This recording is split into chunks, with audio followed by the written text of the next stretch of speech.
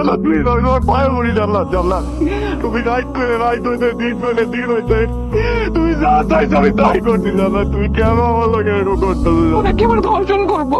তাই জান্নাত তুমি এগুলো কি কইতেছো আর তুমি না আমার ভালোবাসো জানবেন সব আপনি করে ফালতু কথা শুনবেন নাকি ওর গলায় কিতাব মালা পড়ায়া ওর পুরো গ্রাম ঘুরাইবেন চুপ কর জান্নাত তুমি কি চাও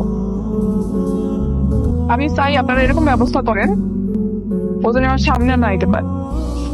আমার ছেলেটার কষ্ট থেকে ওকে রেহাই দাও। আমার ছেলের সমস্ত কষ্ট তুমি আমাকে দিয়ে আমার ছেলেটাকে জীবনে শান্তি ঢুকো দাও।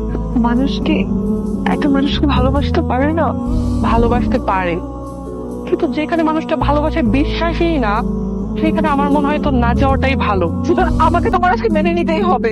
ইমোশনাল কথাবার্তা বলে দাও প্লিজ আমাকে এই পৃথিবীতে ইমোশনাল কোনো দাম নাই ছিল আমার লাইফে একজনের আমাকে দেখলে তারও খুশি লাগতো ভালো লাগতো আনন্দ লাগতো সে আনন্দের ঋণ এখন আমি বয়ে বেড়িয়েছি বাবা মা না সবকিছু জেনে গেছে, তারা আমার থেকে ফোনও নিয়ে গেছে, তাই আমাকে না জোর করে বিয়ে দিতেছে বাবা। এখন বিয়ে দিয়ে দিচ্ছে মানে কি বলছো তুমি এগুলা এই জন্য আমাকে শপিং করতে এখানে নিয়ে আসছে। তুমি বেশ কিছু একটা করো। আমাকে তুমি তো বলে নাই, রিয়াজকে বলছি না। ও রিয়াজ আমাকে কিচ্ছু বলে নাই। আচ্ছা ঠিক আছে, তুমি এখানে কেন আসছো? যদি বাবা দেখে ফেলে তাহলে তো সব শেষ হয়ে যাবে। কি করবো বলো?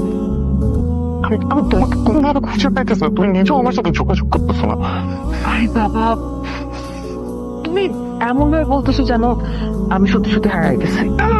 তুমি আমার ঘর থেকে কোথায় আসছো বিশেষ করে তুমি আমার ঘর থেকে কেমনে হারিয়ে গেলা পড়ি পড়ি আমি বিশ্বাস করে আমি কিছু জানি না তোমার ঘর থেকে বের হয়েছে তুমি তো জানো না। বিশ্বাস করো আমি কিচ্ছু জানি না পড়ি পড়ি আমি কিচ্ছু জানি না তুমি বিশ্বাস করো তুমি সত্যি কথা বলো না কেন তোমার সাথে আমার কোনো কথা নাই যাও এখান থেকে। ভাই আমার মনে হয়েছে তোমার কথাগুলো জানানো দরকার। আমি ভাবছিলাম আমি বাবার সাথে ওর বিষয়ে কথা বলবো, আমার বিয়ে ক্যান্সেল করবো, কিন্তু যেভাবে আমার ইগো হার্ট করতেছে আমার মনে হয় লোকের অবস্থানটা বুঝায় দেওয়া দরকার। আমানের সঙ্গে বিয়ে ঠিক হয়ে আছে এই সবকিছু জানার পরেও অন্য একটা ছেলের সঙ্গে প্রেমের সম্পর্কে কিভাবে যাও আমি কি কখনো বলেছি বাবা আমানকে আমি বিয়ে করবো না? তুই আমানকে বিয়ে করবি তাহলে ওই ছেলে প্রেম করলেই যে তাকে বিয়ে করতে হবে এমন কথা কি বেশি